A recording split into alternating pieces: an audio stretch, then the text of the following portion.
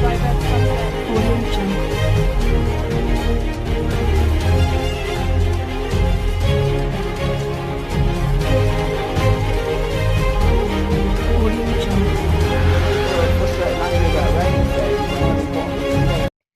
जय हिंद दोस्तों, मैं हूं तारिक राय। आज आपके लिए लेकर आया हूं एक बहुत ही महत्वपूर्ण टॉपिक जिसका नाम है जस्टिस अर्थात न्याय क्या है। दोस्तों, यह video BA program first year और BA honours political science first year के सभी छात्रों के लिए बहुत ही महत्वपूर्ण है। अक्सर बीए के एग्जाम में इस पर क्वेश्चन पूछा जाता है। तो दोस्तों, हम सीधा अपने टॉपिक पर आते हैं। इसका नाम है जस्टिस अर्थात न्याय क्या है।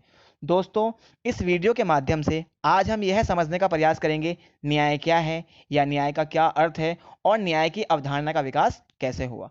तो दोस्तों, आज हम स्टार्ट करते हैं। न्याय क्या है? न्याय दोस्तों, जैसा कि आप सभी लोग अच्छे से जानते हैं कि न्याय राजनीतिक सिद्धांत का एक बहुत ही महत्वपूर्ण सिद्धांत है, या हम ये भी कह सकते हैं कि न्याय राजनीतिक सिद्धांत की एक बहुत ही महत्वपूर्ण अवधारणा है। इसके साथ साथ न्याय राजनीतिक जीवन का सर्वोत्तम उद्देश्य है।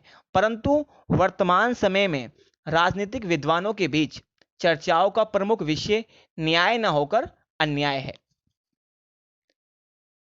दोस्तों, जिस प्रकार अन्याय को पहचानना आसान है परंतु उसकी निंदा करना बहुत मुश्किल है, उसी प्रकार न्याय को परिभाषित करना तो आसान है परंतु उसे प्राप्त करना बहुत ही मुश्किल है। न्याय की अवधारणा अपने आप में एक बहुआयामी एवं बहुपक्षीय अवधारणा है। बहुआयामी से हमारा अभिप्राय यहाँ पर यह है, न्याय के अनेक आयाम हैं, जैसे कानूनी न्याय, आर्थिक न्याय, राजनीतिक न्याय, सामाजिक न्याय, नैतिक न्याय आदि। इसके साथ साथ यह एक बहुपक्षीय अवधारणा भी रही है। इसका कारण यह है कि समय और परिस्थितियों के अनुसार न्याय शब्द के अर्थ बदलते रहे हैं। उदाहरण के लिए, जैसे प्राचीन समाज में बाल विवाह को समाज में कानूनी मान्यता प्राप्त थी और उसे समाज में न्यायोचित ठहराया जाता था, परंतु वर्तमान समय में बाल विवाह को एक कानूनी अपराध घोषित कर दिया गया है और उसे वर्तमान समय में न्यायोचित नहीं ठहराया जा सकता है।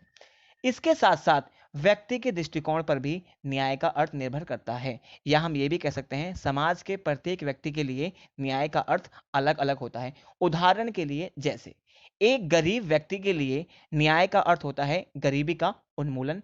इसी प्रकार एक मजदूर व्यक्ति के लिए न्याय का अर्थ होता है उसे उसकी पर्याप्त मजदूरी मिले।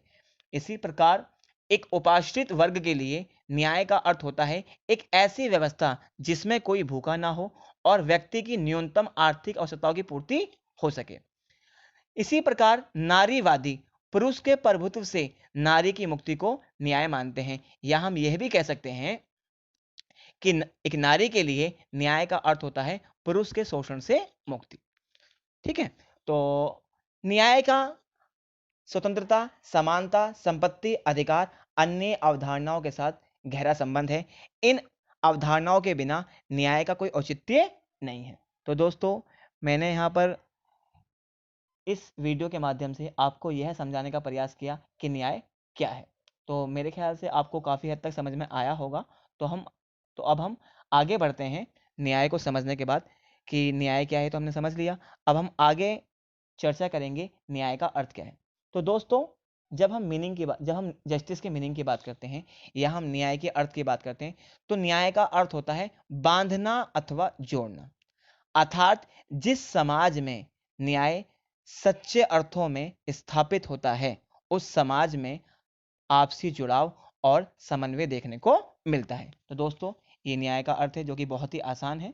अब हम न्याय के मापदंडों पर चर्चा करेंगे। दोस्तों, जब हम न्याय के मापदंड की बात करते हैं, जिसे हम इंग्लिश में बोलते हैं पैरामीटर्स ऑफ जस्टिस, तो मुख्य रूप से जैसा कि सामने मेंशन किया हुआ है, न्याय के मुख्य रूप से 3 मापदंड हैं। नंबर 1 समानता यानी कि इक्वलिटी, नंबर 2 आवश्यकता अर्थात नीड, और नंबर 3 योग्यता अर्थात हम कह सकते हैं एक तरीके से एबिलिटी। ठीक है, तो अब इन तीनों को हम समझने का प्रयास करते हैं। इन तीनों मापदंडों के आधार पर हम न्याय को माप सकते हैं या न्याय को समझ सकते हैं। जैसे हमारा जो पहला मापदंड है समानता, न्याय की स्थापना करने के लिए समानता का होना बहुत ज़्यादा आवश्यक है। समानता के बिना हम समाज में न्याय की कल्पना भी नहीं कर सकते। उसी प्रकार आवश्यकता की हम बात करें, सेकंड जो इसका मापदंड है आवश्यकता, अर्थात जिसको नीड है उसे न्याय मिलना चाहिए। और तीसरा हमारा पॉइंट क्या है इसमें, योग्यता, यानी समाज में प्रत्येक व्यक्ति को उसकी योग्यता के अनुसार आगे बढ़ने के अवसर मिलने चाहिए। अगर ये तीनों मापदंड किसी भी समाज में मौजूद हैं तो हम कह सकते हैं कि उस समाज में न्यायपूर्ण समाज की स्थापना हो सकती है। ठीक है दोस्तों, तो मैं आशा करता हूँ आपको ये न्याय के जो मापदंड मैंने बताए हैं वो आपको समझ में आए होंगे।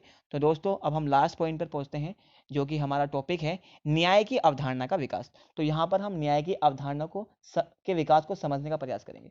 दोस्तों, न्याय की अवधारणा के विकास को समझने से पहले सबसे पहले हमारे लिए यह जानना बहुत आवश्यक है कि न्याय की अवधारणा कोई नई अवधारणा नहीं है, बल्कि न्याय की अवधारणा के विकास का एक लंबा इतिहास रहा है। प्लेटो, अरस्तु के समय से लेकर वर्तमान समय तक जितने भी राजनीतिक दार्शनिक हुए हैं, उनके राजनीतिक चिंतन का मुख्य उद्देश्य न्याय के नियमों का पता लगाना था। उदाहरण के लिए जैसे हम प्लेटो की बात करते हैं, ठीक है। प्लेटो एक बहुत ही महत्वपूर्ण राजनीतिक दार्शनिक हैं। प्लेटो के चिंतन का महत्वपूर्ण उद्देश्य न्याय के स्वरूप का पता लगाना था। प्लेटो ने एक न्यायपूर्ण समाज की स्थापना करने के लिए समाज को 3 वर्गों में बांटा। नंबर 1 शासक वर्ग, नंबर 2 सैनिक वर्ग और नंबर 3 उत्पादक वर्ग।